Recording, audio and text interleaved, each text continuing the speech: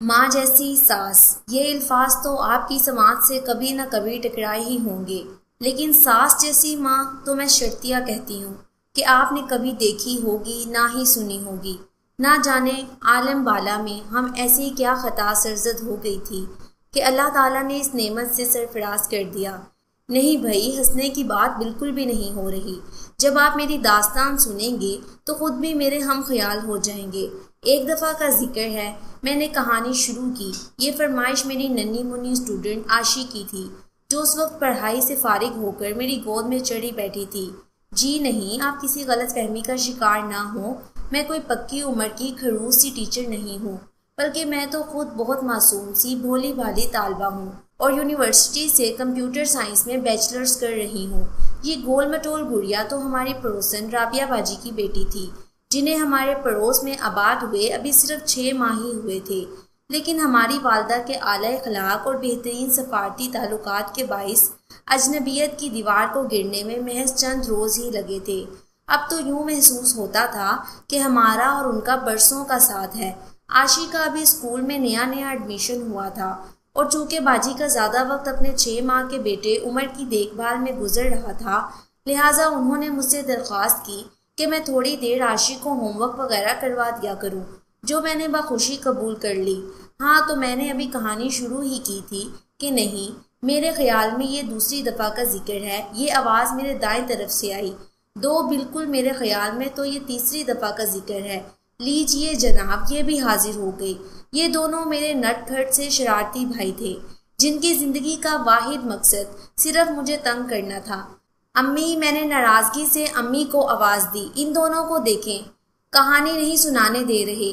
امی کی کڑک دار آواز سنائی دی، ٹائم دیکھا ہے، فوراً کچن میں آؤ، بھائی آ گئے ہیں، ابو بھی آنے والے ہیں، فٹافٹ پھلکے بنا لو، لو جی کر لو گل۔ میں بڑبڑاتی ہوئی کچن کی طرف چل پڑی، کیونکہ رات کی روٹی اور برتنوں کی دھلائی میری ذمہ داری تھی۔ پیچھے سے آواز آئی، امی تو ہمیں روز ہی دیکھتی ہیں، اور کھی شروع۔ ٹھہریے، پہلے میں آپ سے اپنا تعارف تو کروا دوں۔ میں یعنی خوش بخت، جسے سب پیار سے خوشی کہتے ہیں، اپنے ماں باپ کی اکلوتی بیٹی اور 3 بھائیوں کی لاڈلی بہن تھی۔ ابو ڈاکٹر تھے اور اسپتال میں ملازمت کے علاوہ شام کو اپنا پرائیویٹ کلینک بھی کامیابی سے چلاتے تھے، جس کی وجہ سے گھر میں خوشحالی کا دور تھا۔ والدہ ایک مکمل ہاؤس وائف۔ سب سے بڑے ارسلان بھائی تھے، جو تعلیم سے فارغ ہو کر حال ہی میں ایک ملٹی نیشنل کمپنی سے منسلک ہوئے تھے۔ 5 سال کے وقفے کے بعد پہلے عمیر، پھر میں، اور آخر نمبر پہ آگے پیچھے ہی اپنے والدین کی زندگی میں رونق افروز ہوئے۔ ابو اور ارسلان بھائی تو میرے بے حد لاڈ اٹھاتے، لیکن ہماری والدہ، جو کہ اعلیٰ تعلیم یافتہ، خشک اخلاق اور نہایت ہی منظم خاتون تھی، وہ بچوں کو کھلاؤ، سونے کا نوالہ اور دیکھو شیر کی نظر سے کے مقولے کی عملی تفسیر تھی۔ بیٹوں کو تو کبھی کبھار بھول چوک سے کوئی معمولی رعایت مل بھی جاتی ہے، لیکن اکلوتی بیٹی کے لیے تو ان کے اصولوں میں نرمی کی کوئی گنجائش نہیں ہوئی تھی۔ گھر میں کام کاج کے لیے اگرچہ ملازمہ تھی، لیکن دن بھر وہ خود بھی لگی رہتی اور مجھے بھی لگائے رکھتی تھی۔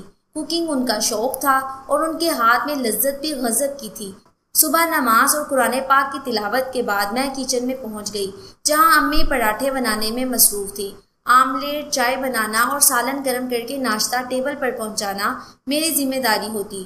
گڑیا، جلدی سے ناشتہ کر کے تیار ہو جاؤ، مجھے آج جلدی جانا ہے۔ ارسلان بھائی صبح جاتے ہوئے مجھے یونیورسٹی چھوڑتے تھے اور واپسی پوائنٹ سے ہوتی تھی۔ جی بھائی، بس 5 منٹ میں آتی ہوں۔ میں نے الٹا سیدھا ناشتہ کیا اور فوراً تیار ہو گئی۔ یونیورسٹی کے گراؤنڈ میں نورین میری منتظر تھی، مہکی مہکی خوشبو میں بسی ہوئی، جبکہ مجھے تو صبح بمشکل تیار ہونے کا ٹائم ملتا تھا۔ جب میں اپنی دوستوں سے ان کے ناز نخروں اور ماؤں کے لاڈ پیار کے قصے سنتی تو میرے دل میں بھی طرح طرح کے ارمان جاگتے، لیکن ہماری والدہ تو اسے اولاد کو لاڈ پیار سے بگاڑنا کہتی، جس کی وہ ہرگز قائل نہیں تھی۔ مجھے شک ہوتا کہ شاید میں ان کی ستیلی یا لے پالک اولاد ہوں، اور ایک مرتبہ تو میں نے ارسلان بھائی سے پوچھ بھی لیا، لیکن انہوں نے ہنس کر میرے سر پر ایک چپٹ لگا دی، خوشی، کل سے رات کا کھانا تم بناؤ گی۔ فائنل پیپر ختم ہوئے ابھی صرف 1 ہفتہ ہی ہوا تھا جب امی نے رات کو کھانے کی ٹیبل پر کہا، ابھی تو میرے امتحان کی تھکاوٹ بھی ختم نہیں ہوئی، کچھ دن تو آرام کرنے دینا۔ ہاں بیگم، ہماری بیٹی کی ابھی چھٹی تو بنتی ہے، تھوڑے دن گھوم پھر کر تفریح کر لے۔ ابو نے میری سفارش کی، آپ اس معاملے میں نہ ہی بولیں تو بہتر ہے۔ کل کو سسرال میں ہر بات پر ماں کی تربیت کو الزام دیا جائے گا، آپ کو تو کوئی کچھ نہیں کہے گا۔ امی نے ناگواری سے کہا، نہیں بھائی، ہماری بیٹی بہت سمجھدار ہے۔ ابو یہ کہہ کر خاموش ہو گئے۔ انہی دنوں موسم نے انگڑائی لی اور تاحد نظر ہریالی ہی ہریالی نظر آنے لگی۔ رنگ برنگے خوشبودار پھولوں نے ہمارے لون کو بھی مہکا دیا۔ بہار کے ان دنوں میں ایک روز رابعہ باجی اپنی والدہ اور مٹھائی کے ہمراہ ملاقات کے لیے آئیں۔ آنٹی نہایت نفیس، خشک اخلاق اور مشفق خاتون تھی، بہت پیار سے ملی اور مجھے پاس بٹھا کر ادھر ادھر کی باتیں کرتی رہی۔ تھوڑی دیر بعد امی نے مجھے اشارے سے چائے کے لیے وہاں سے اٹھا دیا۔ ان کے جانے کے بعد معلوم ہوا کہ وہ میرے لیے اپنے بیٹے کا رشتہ لائی تھی۔ نعمان ان کا بیٹا اعلیٰ تعلیم یافتہ، دراز قدامت اور خوبصورت نوجوان تھا۔ MBA کرنے کے بعد ایک مشہور ادارے میں اعلیٰ پوسٹ پر فائز تھا۔ میرے والدین کو یہ رشتہ بے حد پسند آیا اور وہ اس پر سنجیدگی سے غور کرنے لگے۔ میرا تو یہ سن کر دل دھک سے رہ گیا۔ اتنی جلدی میں اپنی فیملی سے جدائی کا تو تصور بھی نہیں کر سکتی تھی، اور پھر بیاہ کر دوسرے شہر جانا تو مجھے کوہ ہمالیہ سر کرنا جیسا دشوار لگ رہا تھا۔ لہٰذا جب والدہ صاحبہ نے میری رائے پوچھی تو میں نے فوراً کہا، امی پلیز آپ ان لوگوں کو انکار کر دیں، مجھے ابھی شادی نہیں کرنی، ابھی میں ماسٹرز کرنا چاہتی ہوں۔ امی نے خاموشی سے میری بات سنی اور بہت نرمی اور پیار سے سمجھاتے ہوئے کہا، بیٹا، والدین ہمیشہ اولاد کی بھلائی چاہتے ہیں، ان کے فیصلوں میں ان کی زندگی کا تجربہ شامل ہوتا ہے۔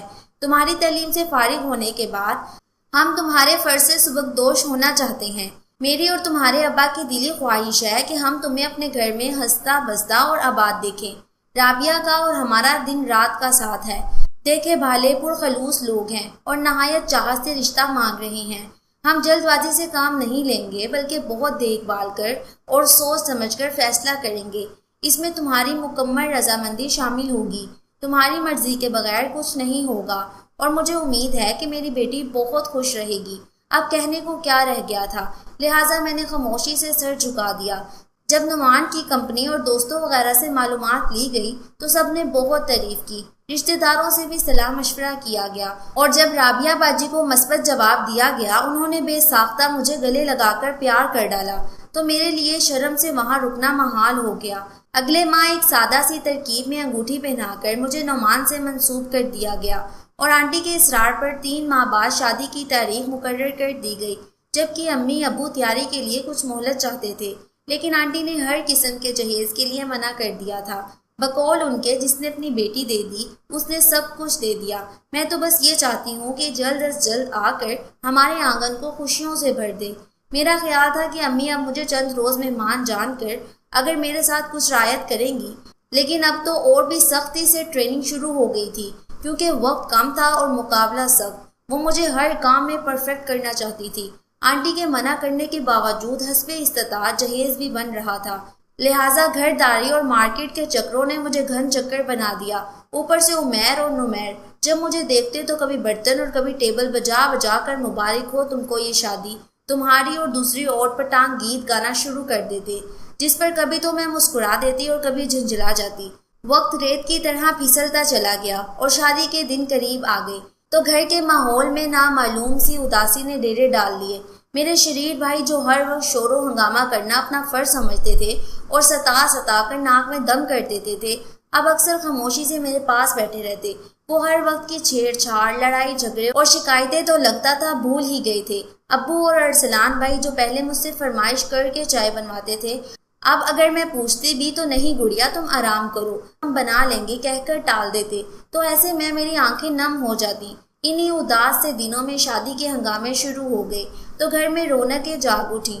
مایوں مہندی کی تقریبات میں امی کی نظر مجھ پر پڑتی تو میری بلائی لیتی محسوس ہوئی۔ شادی کے روز میری چوڑیاں کچھ تنگ تھیں اور پہنانے میں دقت ہو رہی تھی، تو میری والدہ صاحبہ نے آ کر میرا ہاتھ تھام لیا اور بے حد نرمی سے پہنانے لگی۔ اس وقت وہ نظر جھکا کر بیٹھی تھی، کیونکہ ان کی آنکھیں چھلکنے کے لیے بے تاب تھیں اور شدت جذبات سے وہ اپنے ہونٹ کاٹ رہی تھیں۔ فارغ ہو کر انہوں نے میری پیشانی پر بوسہ دیا اور تیزی سے چلی گئیں۔ رخصتی کے وقت میرا رو رو کر تو برا حال ہو رہا تھا، بلکہ میں گاڑی میں بھی کافی دیر تک روتی رہی۔ رابعہ باجی نے بمشکل مجھے چپ کرایا۔ سسرال میں میرا بہت اچھا استقبال ہوا۔ میں چونکہ لمبے سفر سے کافی تھک چکی تھی، اس لیے رسموں کو مختصر کر کے مجھے کمرے میں پہنچا دیا گیا، جو کہ نہایت خوبصورتی سے سجا ہوا تھا۔ نعمان میرے لیے ایک آئیڈیل شوہر ثابت ہوئے، بے حد محبت کرنے والے اور خیال رکھنے والے۔ ان کی توجہ، اپنائیت اور ہر قدم پر ساتھ دینے کی وجہ سے میں ایک نئے گھر اور اجنبی ماحول میں آسانی سے سیٹ ہو گئی۔ شروع کے دن تو دعوتوں اور گھومنے پھرنے میں پڑ لگا کر اڑ گئے۔ 15 دن بعد جب رابعہ باجی نے عاشی اور عمر کے ساتھ واپسی کا ارادہ کیا تو میں بے اختیار ان کے گلے لگ کر سسک کر رونے لگی۔ ارے پاگل لڑکی، لوگ تو نندوں کے آنے پر روتے ہیں، تم میرے جانے پر رو رہی ہو۔ رابعہ باجی نے شرارت سے ہنس کر کہا، نہیں بھائی، میری بیٹی ایسی نہیں ہے۔ امی جان نے مسکرا کر جواب دیا، جی ہاں۔ اب میں ان کی خواہش پر ان کو امی جان کہنے لگی تھی۔ اب گھر میں نعمان اور ان کی والدہ کے علاوہ 2 اور افراد تھے، چھوٹی نند سامیہ اور دیور کامران۔ سسر چند سال قبل ہی وفات پا چکے تھے۔ سامیہ چونکہ میری ہم عمر تھی، اس لیے چند دن میں ہی میری اس سے کافی دوستی ہو چکی تھی، اور کامران کی باتوں اور شرارتوں میں مجھے اپنے بھائیوں کا عکس دکھائی دیتا۔ بھائی امی کی طبیعت بہت خراب ہے، ان کو بہت تیز بخار ہو رہا ہے۔ صبح جیسے ہی ہم اپنے کمرے سے نکلے، سامیہ نے گھبرائے ہوئے لہجے میں اطلاع دی۔ ہم فوراً امی کے کمرے میں گئے تو وہ بخار سے نڈھال پڑی تھی۔ امی، آپ کو اچانک کیا ہو گیا؟ رات تک تو آپ ٹھیک ٹھاک تھیں۔ نعمان پریشانی سے بولے، ہاں بیٹا، شاید تھکاوٹ سے طبیعت خراب ہو گئی ہے، آرام کروں گی تو شام تک بالکل ٹھیک ہو جاؤں گی۔ امی نے ہمیں تسلی دی۔ خوشی، آج آفس میں ایک ضروری میٹنگ ہے، اس لیے میں چھٹی نہیں کر سکتا۔ نعمان فکر مندی سے بولے، ارے بیٹا پریشان نہ ہو، فکر کی کوئی بات نہیں، بس ذرا شادی کی تھکن ہے، آپ آرام سے جا کر اپنا کام کریں، ہم سب ہیں نا امی کا خیال رکھنے کے لیے۔ میں نے بھی یقین دہانی کرائی تو وہ تیار ہونے چل دیے۔ ناشتے کے لیے کچن میں آئی تو سامیہ کو پریشان کھڑا پایا۔ وہ امی کے ساتھ مل کر کام کروا لیتی تھی، لیکن تنہا کرنے سے گھبراتی تھی۔ میں نے فٹافٹ آٹا گوندھ کر آملیٹ کا میزہ تیار کیا۔ جب تک میں پراٹھے تل کر فارغ ہوئی، سامیہ آملیٹ اور چائے بنا کر ٹیبل سجا چکی تھی۔ امی کے لیے میں چائے اور بریڈ کمرے میں لے کر گئی تو وہ بولی، بیٹا مجھے بہت افسوس ہے، میری بیماری کی وجہ سے تمہیں کام کرنا پڑ رہا ہے۔ امی، آپ مجھے بیٹا بھی کہتی ہیں اور تکلف بھی کرتی ہیں، آپ کسی کام کی فکر نہیں کریں، ناشتہ کر کے دوائی لیں اور آرام کریں۔ میرے اصرار پر تھوڑا سا کھا کر انہوں نے دوائی لی۔ اچھا، اب تم بھی جا کر آرام کرو، دوپہر کا کھانا کامران باہر سے لے آئے گا۔ میں نے انہیں کمبل اڑایا اور باہر آ گئی تاکہ وہ نیند پوری کر لیں۔ دروازہ میں نے آرام سے بند کیا۔ ناشتے سے فارغ ہو کر میں نے فریج کا جائزہ لیا تو ہر طرح کا سامان موجود تھا۔ اپنی امی جان کی مہربانی سے کوکنگ میں تو میں اتنی ماہر ہو چکی تھی کہ 4-5 افراد کا کھانا بنانا میرے بائیں ہاتھ کا کام تھا۔ میں نے مٹر پلاؤ اور چکن قورمہ بنانے کا فیصلہ کیا۔ 2 گھنٹے میں کھانا تیار کر کے میں نے امی کے لیے دلیا اور سوپ بھی بنا لیا۔ اتنی دیر میں وہ بھی بیدار ہو چکی تھی۔ اب ان کی طبیعت قدرے بہتر تھی اور بخار بھی کم ہو چکا تھا۔ میں نے اللہ کا شکر ادا کیا۔ جب ان کے لیے دلیا اور سوپ لے کر گئی تو وہ بے حد خوش ہوئیں اور مجھے ڈھیروں دعائیں دینے لگی۔ ابھی ٹیبل لگا ہی رہی تھی کہ نعمان بھی امی کی خیریت دریافت کرنے لنچ بریک پر گھر آ گئے۔ انہیں بحال دیکھ کر وہ مطمئن ہو گئی۔ پھر سب نے مل کر اتنے ذوق شوق سے کھانا کھایا اور کھانے کی خوب تعریفیں ہوئیں کہ میرا ڈھیروں خون بھر گیا۔ 2-3 دن میں امی کی طبیعت سنبھل گئی تو سب نے سکون کی سانس لی۔ بیٹا خوشی کو اس کے والدین سے ملوانے لے جاؤ، پہلی مرتبہ اپنے گھر سے اتنی دور آئی ہے۔ یہ سن کر میرا دل خوشی سے نہال ہو گیا۔ میرا بہت خیال رکھتے تھے اور میں کافی گھل مل گئی تھی، لیکن ایک لمحے کے لیے بھی اپنے گھر اور گھر والوں کی یاد میرے دل سے محو نہیں ہوئی تھی۔ جب میں جا کر اپنی امی کے گلے لگی تو اس کیفیت کو بیان کرنے کے لیے میرے پاس الفاظ نہیں۔ میرے والد بھائی سب بے حد خوش تھے۔ میری امی نے میرے اتنے ناز نخرے اٹھائے، اتنا خیال رکھا کہ یقین ہی نہیں آتا تھا کہ یہ وہی والدہ ہیں جو کبھی ہٹلر کی جانشین لگتی تھی۔ 2 دن کے بعد ڈھیروں تحائف کے ساتھ ہماری واپسی ہوئی۔ رمضان کی آمد کے ساتھ ہی مصروفیت میں بے پناہ اضافہ ہو گیا تھا۔ سحری، افطاری اور عبادت میں وقت گزرنے کا پتہ ہی نہیں چلتا۔ روزانہ سب کی فرمائش پر افطار میں نئے ڈشز بنتی، لہٰذا رات کا کھانا گول ہو جاتا اور وہ سحری میں استعمال ہوتا۔ بیٹا خوشی کی ہمارے ساتھ پہلی عید ہے، میں جوڑوں کی تکلیف کی وجہ سے مجبور ہوں، تم دونوں عید کی شاپنگ پر جاؤ۔ ایک دن امی نے نعمان سے کہا، جی امی کل چھٹی ہے، کل میں لے جاؤں گا۔ بھائی آپ لوگ جلدی چلے جائیں، افطاری میں بنا لوں گی، مارکیٹ میں کافی ٹائم لگ جاتا ہے۔ سامیہ نے بھی اپنی خدمات پیش کر دی۔ رش کا یہ عالم تھا گویا کل ہی عید ہو اور سب نے اپنی شاپنگ آج ہی مکمل کرنی ہے۔ دکاندار نئی ورائٹی دکھا رہے تھے اور خواتین بھاؤ تاؤ میں مصروف تھی۔ میں نے نعمان کی پسند سے اپنے لیے نیوی بلو کلر کا ایمبرائڈری والا نہایت خوبصورت ڈریس لیا۔ ویسا ہی پنک کلر میں نے سامیہ کے لیے لیا اور امی کے لیے ایک بہت نفیس آف وائٹ کلر کا سوٹ لیا۔ اتنے میں روزہ کھلنے کا ٹائم ہو چکا تھا۔ ہم نے ایک ریسٹورنٹ میں افطاری کی اور اس کے بعد میچنگ جویلری، کامران کا سوٹ اور شوز وغیرہ لے کر رات گئے لدے پھدے گھر پہنچے۔ جب ہم نے امی کو سامان دکھایا تو خوشی سے ان کی آنکھوں میں آنسو آ گئے۔ انہوں نے آگے بڑھ کر میری پیشانی پر بوسہ دیا۔ میں خوش نصیب ہوں کہ مجھے تمہاری جیسی بہو ملی ہے۔ اللہ تمہیں ہمیشہ خوش اور شاد باد رکھے، انہوں نے محبت سے کہا۔ سب کو اپنے اپنے سوٹ بہت پسند آئے تھے۔ عید کے دوسرے روز گھر پر قریبی رشتہ داروں کی دعوت تھی۔ تقریباً 50 افراد پر مدعو تھے۔ امی نے بریانی بنائی، میں نے چکن کڑھائی اور کھیر بنائی، سامیہ نے فریزر سے نکال کر کباب تل لیے اور رائتا سلاد وغیرہ بنا لیا۔ مل جل کر ہم نے جلد ہی سارا کام نپٹا لیا۔ شاول لے کر میں نے امی کی طرف سے عید کا کام والا گولڈن کام سے سجا ہوا انتہائی خوبصورت میرون کلر کا فراک پہنا۔ مہمانوں نے ہماری جوڑی کو بے حد سراہا اور خوب دعاؤں سے نوازا۔ اس کے بعد کھانے کا دور چلا۔ چکن کڑھائی سب کو ہی بے حد پسند آئی۔ میری ساس سب کو فخر یا بتاتی رہی کہ یہ میری بہو نے بنائی ہے۔ کھانے کے بعد چائے کافی کا دور چلا اور پھر دھیرے دھیرے مہمان رخصت ہونے لگے۔ یوں یہ خوبصورت شام خوشگوار یادیں چھوڑ کر اختتام پذیر ہوئی۔ عید کے فوراً بعد ایک اور خوشخبری نے ہمارے دروازے پر دستک دی اور یہ سامیہ کے لیے ایک شاندار رشتے کی آمد تھی۔ میرے سسر کے بہت قریبی دوست تھے جو اپنے بیٹے کے لیے سوالی بن کر آئے۔ برسوں کی جان پہچان اور میل جول نے دوستی کو رشتہ داری میں بدل دیا۔ اسد امی کے ہاتھوں میں پلا بڑھا تھا اور ان کے سامنے ہی کھیل کود کر جوان ہوا تھا۔ پچھلے سال انجینئرنگ کی ڈگری مکمل کر کے ملازمت شروع کی تھی۔ تعلیم یافتہ لوگ تھے اور مختصر فیملی تھی۔ امی جو آج کل سامیہ کے سلسلے میں کافی پریشان تھی، اس رشتے کی آمد سے کھل اٹھی۔ رسمی طور پر سوچنے کے لیے ٹائم لیا گیا اور اقرار کے ساتھ چٹ منگنی پٹ بیاہ کا سلسلہ شروع ہو گیا۔ گھر میں شادیوں کی تیاری شروع ہو گئی۔ مارکیٹ کے چکروں کے ساتھ ساتھ گھر کی ذمہ داریوں نے دن رات کا فرق مٹا دیا۔ سونے سے پہلے میں حسب معمول امی کے لیے گرم دودھ لے کر گئی۔ ابھی دستک دینے کو ہاتھ اٹھایا ہی تھا کہ اپنا نام سن کر وہیں رک گئی تھی۔ یہ تو غیر اخلاقی حرکت تھی، لیکن کر بھی تو کیا سکتی تھی۔ خاموشی سے سننے لگی۔ دیکھو بیٹا، شادی 2 افراد کا نہیں بلکہ 2 خاندانوں کا ملاپ ہوتا ہے۔ اپنی بھابھی کو دیکھو، چند ماہ میں ہی اپنے پیار، خلوص، محنت سے اس نے سب کو اپنا بنا لیا ہے اور ہمارے دلوں پر راج کر رہی ہے۔ دراصل یہ سب اس کی والدہ کی دانشمندی اور بہترین تربیت کا کمال ہے۔ والدین کے لاڈ پیار سے بگڑے ہوئے بچے نہ صرف اپنے لیے مسائل پیدا کرتے ہیں بلکہ دوسروں کے لیے بھی پریشانی کا سبب بنتے ہیں۔ اپنے گھر میں ملازمین کے باوجود وہ ہر کام میں ماہر ہے۔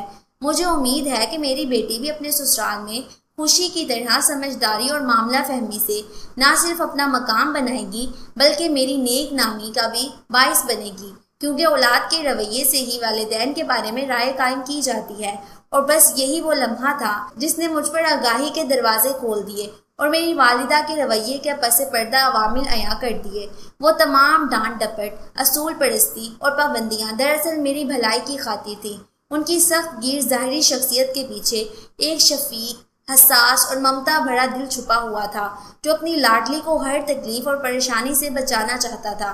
ایک کہاوت ہے، جسے ماں نہیں مارتی اسے دنیا مارتی ہے۔ وہ دنیا کی مار سے بچانا چاہتی تھی۔ یہ سب تو میرے لیے بلیسنگ تھا۔